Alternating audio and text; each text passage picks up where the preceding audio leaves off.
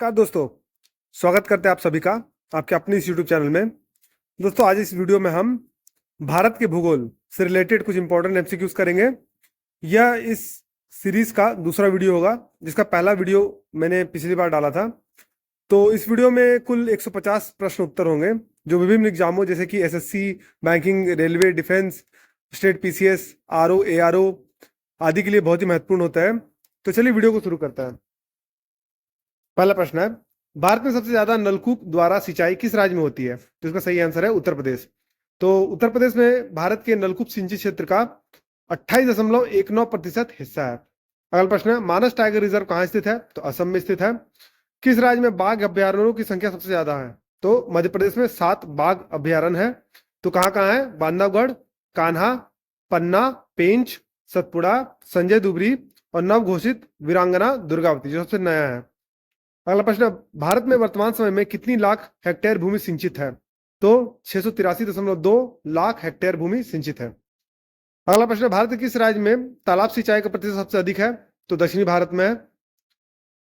भारत में लौ एस का अग्रणी उत्पादक राज्य कौन सा है? तो उड़ीसा है। तो उड़ीसा राज्य 53.75% लौ एस का उत्पादन करती है। भारत के में कोयले के उत्पादन में कौन सा राज्य प्रथम है? तो झारखंड है। अगला प्रश्न, भारत में बॉक्साइट के उत्पादन में कौन सा राज्य प्रथम है? तो ओडिशा है। तो हम लोग जानते हैं कि एल्युमिनियम का एक और है बॉक्साइट, जिससे एल्युमिनियम निकलता है। अगला प्रश्न, अभ्रक उत्पादन में भारत का कौन सा राज्य प्रथम है? तो आंध्र प्रदेश है। तो आंध्र प्रदेश का नेल्लोर जिला अभ्रक उत्पादन के लिए प्रसिद्ध है। अगला प्रश्न, यूरेनियम उत्पादन में भारत का कौन सा राज्य प्रथम है? तो झारखंड। अगला प्रश्न, चांदी उत्पादन में भारत का कौन सा राज्य प्रथम है? तो राजस्थान। अगला प्रश्न, राष्ट्रीय वन नीति के अनुसार पर्यावरण की दृष्टि से देश के कम से कम कितने प्रतिशत क्षेत्रों पर वनों का आवरण आवश्यक है? तो 33% क्षेत्रों पर आवश्यक है, इकोलॉजिकल बैलेंस बनाए रखने के लिए। अगला प्रश्न है, भारत के कुल भौगोलिक क्षेत्रफल के कितने प्रतिशत भाग पर वन एवं वृक्ष आच्छादित क्षेत्रों का विस्तार पाया जाता है? तो भारत के कुल भौगोलिक क्षेत्रफल का 24.62%। देश में सर्वाधिक वन क्षेत्र किस क्षेत्र में पाया जाता है? तो मध्य प्रदेश में देश का सबसे बड़ा वन क्षेत्र है। अगला प्रश्न, किस राज्य कुल भौगोलिक क्षेत्रफल के सबसे कम भाग पर वनों का विस्तार पाया जाता है? तो हरियाणा के। अगला प्रश्न, किसे वैश्विक विरासत का वन माना जाता है? तो बंगाल में सुंदरवन को वैश्विक विरासत का वन माना जाता है। अगला प्रश्न, निम्नलिखित राज्यों में से प्राकृतिक वनों के आच्छादित उच्चतम प्रतिशत का भौगोलिक क्षेत्र कहां पर है? तो मिजोरम में। यानी परसेंटेज वाइज, अगर एरिया का परसेंटेज वाइज देखा जाए, वैसे तो मध्य प्रदेश में सबसे ज्यादा है, लेकिन जो परसेंटेज एरिया वाइज देखा जाए तो उसमें मिजोरम सबसे ऊपर है। तो शीर्ष 5 राज्यों में मिजोरम 84.53%, अरुणाचल प्रदेश 79.33%, मेघालय 76%, मणिपुर 74.34% और नागालैंड 73.90% है। अगला प्रश्न, भारत का पहला तटवर्ती इस्पात कारखाना किस राज्य में लगाया गया था? तो आंध्र प्रदेश, विशाखापट्टनम में। अंगुल में स्थित नालको किस देश की सहायता से स्थापित की गई थी? तो कनाडा की सहायता से। भारत का बोस्टन किसे कहा जाता है? अहमदाबाद को। कौन सी जगह को उत्तर भारत का मैनचेस्टर तथा दक्षिण भारत का मैनचेस्टर कहा जाता है? तो उत्तर भारत का मैनचेस्टर कानपुर को कहा जाता है और दक्षिण भारत का मैनचेस्टर कोयम्बटूर को कहा जाता है।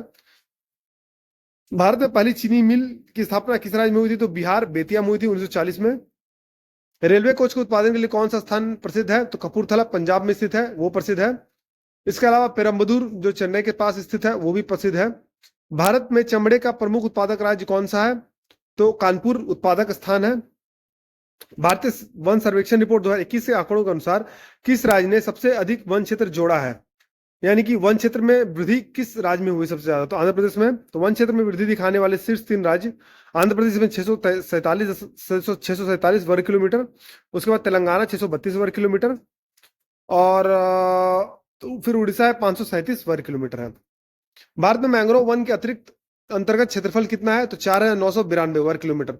बहुत ही महत्वपूर्ण दोस्तों, याद रखिएगा, मैंग्रोव वन जो कि अधिकतर सुंदरबन के डेल्टा के पास पाया जाता है, तो वहां पर है। तो 4,992 वर्ग किलोमीटर। भारत में वर्तमान में प्रति 1,000 जनसंख्या पर सड़क की लंबाई क्या है? यानी प्रति 1,000 जनसंख्या पर सड़क की लंबाई है 5.15 किलोमीटर।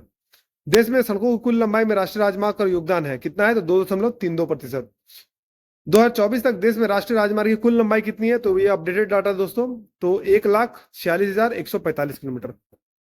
देश की सबसे लंबी सड़क सुरंग किस राष्ट्रीय राजमार्ग पर स्थित है? तो भारत की सबसे लंबी सड़क सुरंग डॉक्टर श्यामा प्रसाद मुखर्जी सुरंग है, जिसे चेनानी नाशी सुरंग के रूप में जाना जाता है, जिसकी लंबाई है 9.28 किलोमीटर। भारत में सड़कों का सर्वाधिक घनत्व किस राज्य में है? तो केरल में है। विश्व का सबसे ऊंचा सड़क मार्ग कौन सा है? तो उमलिंगला जो दक्षिणी लद्दाख में स्थित 52 किलोमीटर लंबी चिसुमले डेमचोक सड़क का सबसे ऊंचा हिस्सा है। अगला प्रश्न है, बक्सा टाइगर रिजर्व कहाँ स्थित है? पश्चिम बंगाल में।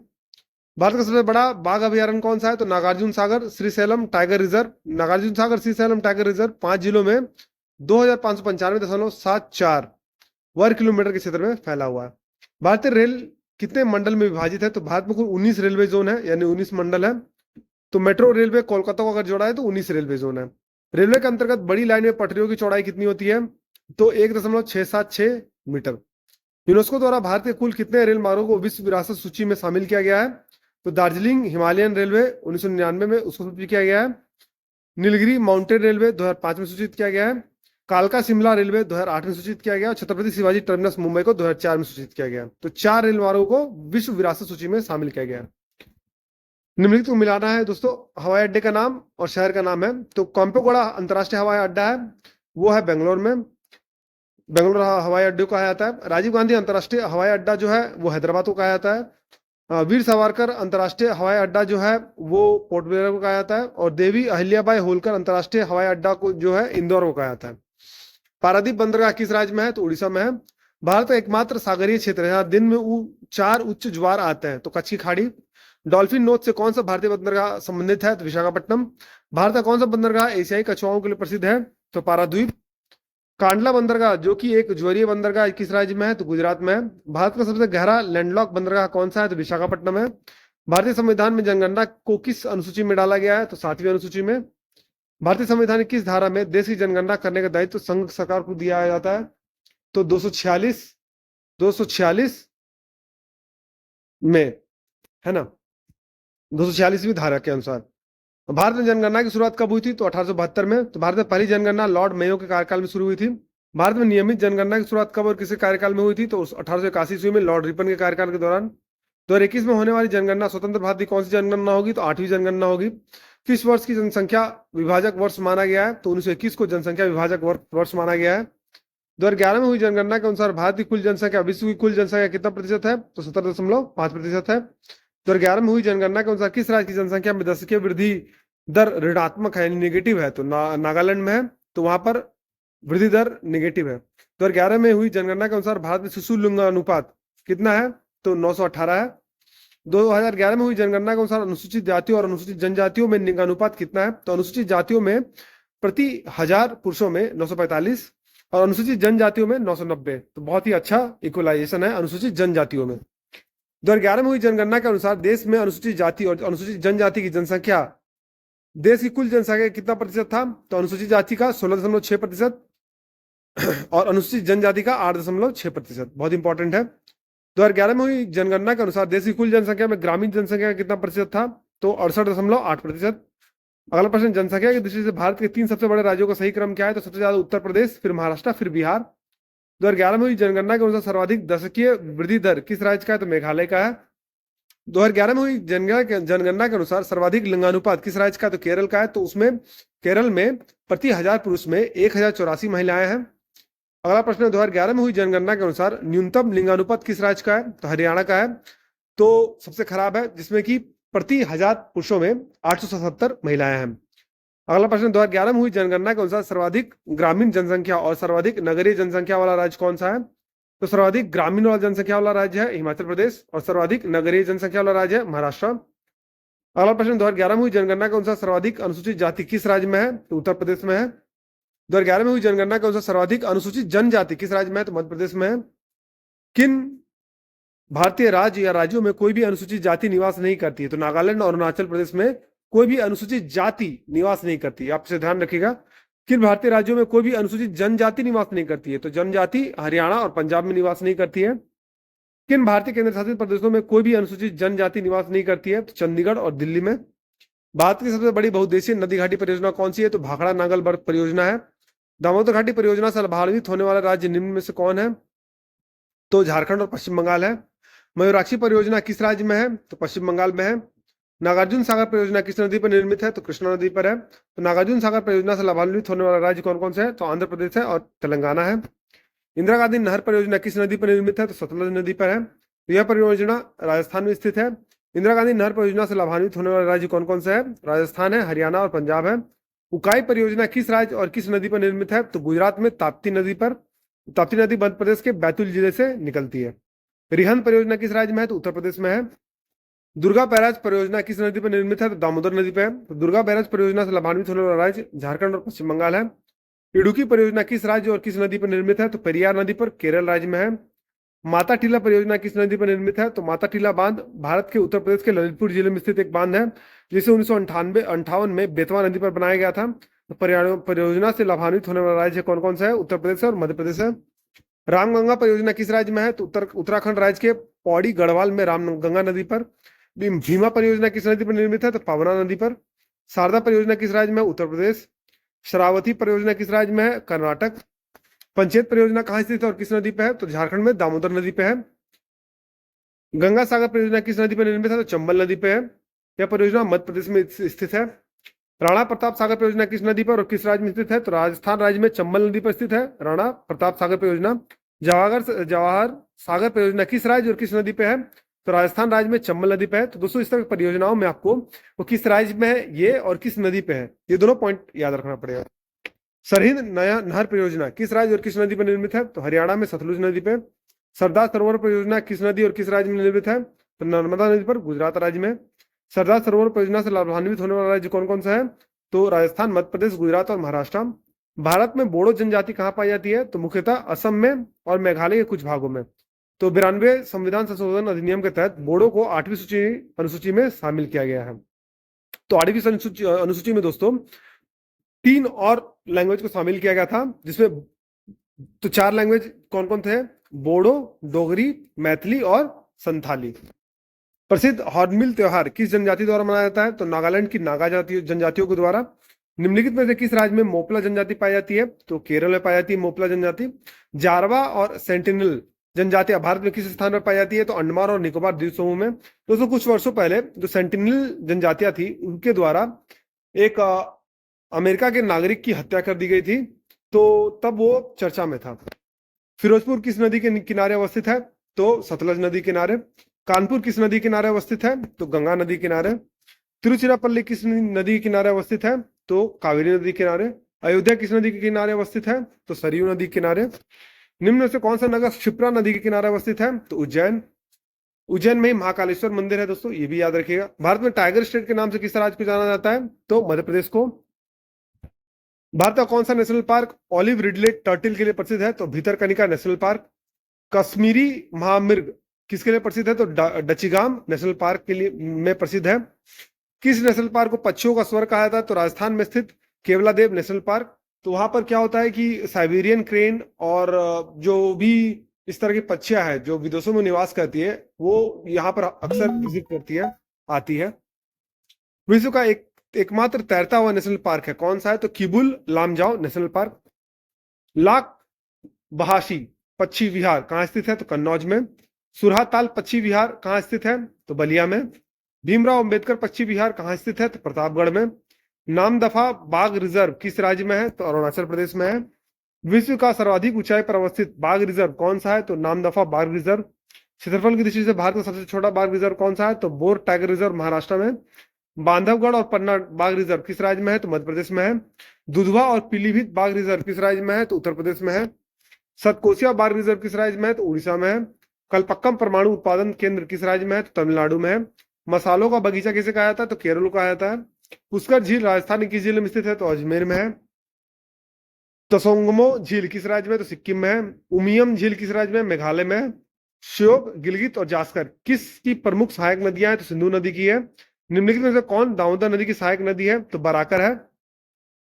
तो झुमरी तिलैया का जो डैम है दोस्तों झारखंड में, वो बराकर नदी पे है, आप याद रखिएगा। सतलुज और काली नदियों के बीच स्थित हिमालय के हिस्से को किस हिमालय के नाम से जाना जाता है? तो कुमाऊं हिमालय। गंगा नदी की उस उत्तरी तट की सहायक नदी काली गंडक और त्रिशूल गंगा नामक 2 धाराओं से मिलकर बनती है, कौन सी? तो गंडक नदी। तो गंडक नदी का तो गंगा की जो उत्तरी सहायक नदी, इसके बारे में हमने बताया था, तो घाघरा, गंडक, बागमती, कोसी, महानंदा, ये उत्तरी वाहिनी नदी है। और दक्षिणी वाहिनी नदी जो है दोस्तों, जो दक्षिण से होकर गंगा में मिलती है, वो है सोन, पुनपुन, मोहानी, फल्गु।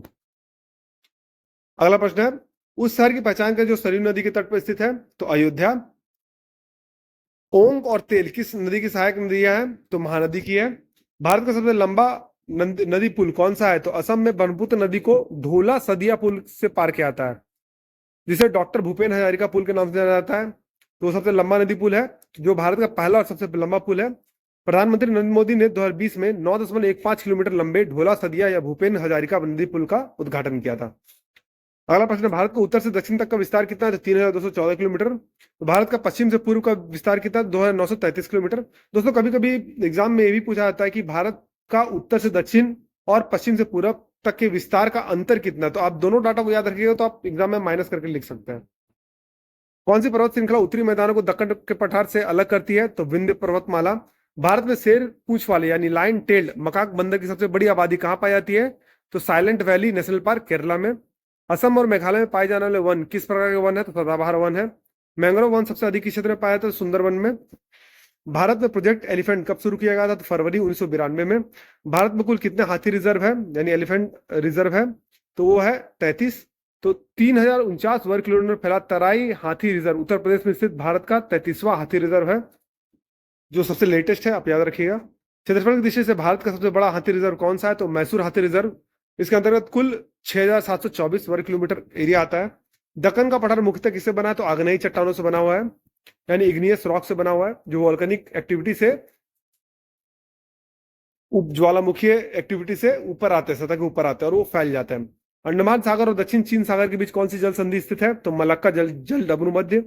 जून माह में निम्न स्थानों में से कहां पर दिन की अवधि अधिकतम होगी? तो दिल्ली में। निम्न से कौन सा कथन असत्य है? तो भारत के पश्चिमी समुद्र तट का निर्माण नदियों की जमाव क्रिया के द्वारा नहीं हुआ है, पूर्वी तट का निर्माण हुआ है। तो ये स्टेटमेंट गलत है। हिमालय के स्थान पर जो समुद्र था वह था कौन था? तो टेथिस सागर था। बाल्टोरा ग्लेशियर स्थित है कहां पर? तो काराकोरम पर्वतमाला में। निम्नलिखित में से कौन सा शहर कस्बा सबसे उत्तरी अक्षांश पर स्थित है? तो इन चारों में आप मैप में देखिएगा तो पटना स्थित है। भारत में सबसे अधिक हाथी किस राज्य में है? तो कर्नाटक में है। विश्व हाथी दिवस कब मनाया जाता है? तो 12 अगस्त को। किस हिल स्टेशन के नाम का अर्थ वज्र का स्थान है? तो वो कौन सा है? तो दार्जिलिंग है। भारतीय सर्वेक्षण विभाग का मुख्यालय कहाँ स्थित है? तो देहरादून में स्थित है। भारत में विभिन्न बायोस्फीयर रिजर्व को मानचित्र पर दर्शाइए। तो आइए हम लोग बायोस्फीयर रिजर्व को देखते हैं दोस्तों। तो यहाँ पर एक नंदा देवी है, यहाँ पर कोल्ड डेजर्ट है, यहाँ पर कच्छ है, पंचमढ़ी है, यहाँ पर पन्ना है बायोस्फीयर रिजर्व, यहाँ पर अचानकमर अमरकंटक है, सिमलीपाल है उड़ीसा में है, सुंदरवन है, फिर कंचनजंगा सिक्किम में है, फिर नोकरेक है मेघालय में, फिर दिहांग दिबांग ये अरुणाचल प्रदेश में है, फिर मानस है, फिर दुब्रू सुखोवा ये असम में है, शेषाचलम आंध्र प्रदेश में है, नीलगिरी तमिलनाडु और केरला सटे हुए भागों में है, अगस्त मलाई तमिलनाडु में है, और गल्फ ऑफ मन्नार। तो ये सारे रिजर्व को आप मैप में लोकेट कर लीजिएगा अच्छे से, ये इंपॉर्टेंट है और बार बार पूछा जाता है प्रश्न को। दोस्तों, अगर आपको ये वीडियो पसंद आए तो वीडियो को लाइक कीजिए, चैनल को फॉलो कीजिए, सब्सक्राइब कीजिए और बेल नोटिफिकेशन को प्रेस कर दीजिए, ताकि इसी तरह के इंपॉर्टेंट अपडेट्स मैं आपके साथ साझा करता रहूं। तो वीडियो में बने रहने के लिए धन्यवाद। मिलते हैं आपसे अगली वीडियो में।